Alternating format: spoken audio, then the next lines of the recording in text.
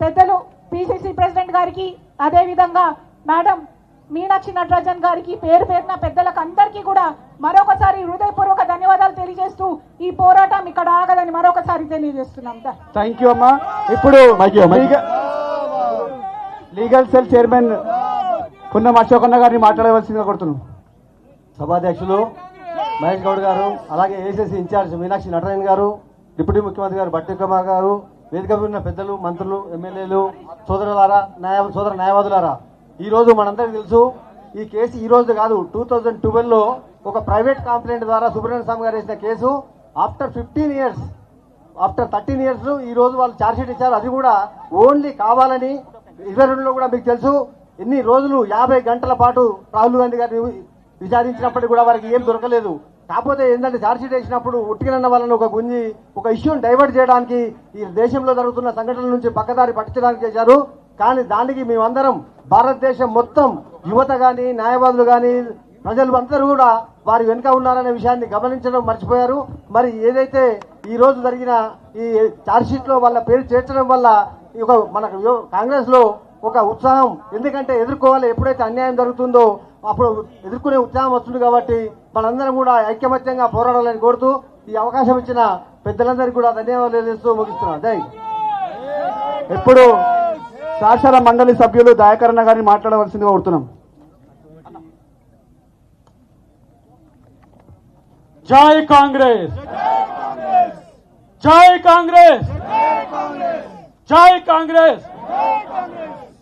సభకు నమస్కారం. 2 నిమిషాల్లో నేను ముగిస్తా మిత్రులారా. ఈరోజు మోడీ రాహుల్ గాంధీ గారిని రాజకీయంగా ఎదుర్కోలేక దొంగ కేసులు పెడుతున్నాడు మోడీ. నేనంటున్న మోడీకి, ఏ మోడీ, బీజేపీ మోడీ బ్రిటిష్ వానికే భయపడని కాంగ్రెస్ రా ఇది, బీజేపీకి ఎట్లా భయపడుతుంది అనుకున్నావు అని చెప్పి ఈరోజు హెచ్చరిస్తున్నా. మోడీ, అమిత్ షా ఒక కేడీలు, ఈ దొంగలు ఇవాళ దేశం కొరకు ప్రాణాలు అర్పించిన కుటుంబం మీద కక్ష కట్టిండు దరిద్రులు. ఈరోజు ఎక్కడ మీ స్వాతంత్ర సంగ్రామంలో మీ పాత్ర? ఇవాళ సెంటు భూమి కూడా లేదు, ఇల్లు కూడా లేని కుటుంబం మీద ఈడీ కేసు పెట్టి ఇవాళ మీరు బెదిరించాలని చూస్తే ఇవాళ గాంధీ కుటుంబానికి మేమందరం కూడా సభ్యులమే. మీరు అందరూ గుర్తుపెట్టుకోండి. నేనంటున్నా 2029 లాస్ట్ మోడీ, నిన్ను తరిమేసే రోజులు ముందున్నాయి, గుర్తుపెట్టుకోండి. 2029 తర్వాత మోడీ ఉండేది జైల్లో.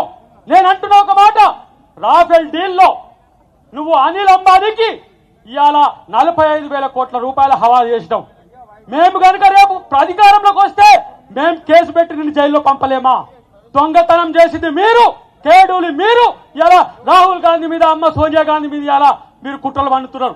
ఒక్క మాట, ఆర్ఎస్ఎస్ ఈ రోజు ఇలాంటి దరిద్రపు కొట్టు నాయకులని దేశానికి ఇచ్చిందా? ఆర్ఎస్ఎస్ యొక్క విధానం మీద ఈ దేశ ప్రతిపక్ష నాయకుడిని మొత్తం టెర్మినేట్ చేసిన చరిత్ర ఇవాళ బీజేపీకి ఉన్నది. భయపడ్డా రాహుల్ గాంధీ? ఇవాళ ఎవరైతే ద్వేషం పంచుతున్నారో వాళ్ళ బజార్లో ప్రేమ కొట్టుడు పెట్టిడు రాహుల్ గాంధీ. ఇది కాంగ్రెస్ పార్టీ యొక్క కల్చర్. మేము ప్రేమనిస్తున్నాం, మీరు ద్వేషాన్ని పెంచుతున్నారు. విడగొట్టే మోడీకి తరిమి కొట్టే రోజులు మన కాంగ్రెస్ పార్టీ చేస్తుందనే విషయాన్ని గుర్తుపెట్టుకోవాల్సిన అవసరం ఉంది. నేను అంటున్న చివరిగా ఒక్క మాట చెప్తున్నా మిత్రులారా, 45 సంవత్సరాల బీజేపీ, 45 సంవత్సరాల బీజేపీ ఇలా 145 ఏళ్ల పైచిలకు చరిత్ర ఉన్న కాంగ్రెస్ పార్టీ ఈ దేశానికి స్వాతంత్రం తెచ్చినాం రా. ఒక ప్రజాస్వామ్య ద్రోహి మోడీ ఇలా ఈడీని ఎనిమీ ఆఫ్ ది డెమోక్రసీగా చేసిండు. దేశంలో ఎవరైనా ప్రజాస్వామికవాదులు ప్రశ్నిస్తే వాళ్ళ మీద దాడులకు పులుసుకొలుపుతున్న మోడీని పాతాళంలోకి తొక్కడమే మన లక్ష్యంగా ఉండాలని చెప్పి నేను కాంగ్రెస్ శ్రేణులందరికీ కూడా తెలియజేస్తున్నా. రాహుల్ గాంధీ మీరు కొట్లాడండి. తెలంగాణ కాంగ్రెసే కాదు, యావత్ దేశం మీ వైపు చూస్తున్నది.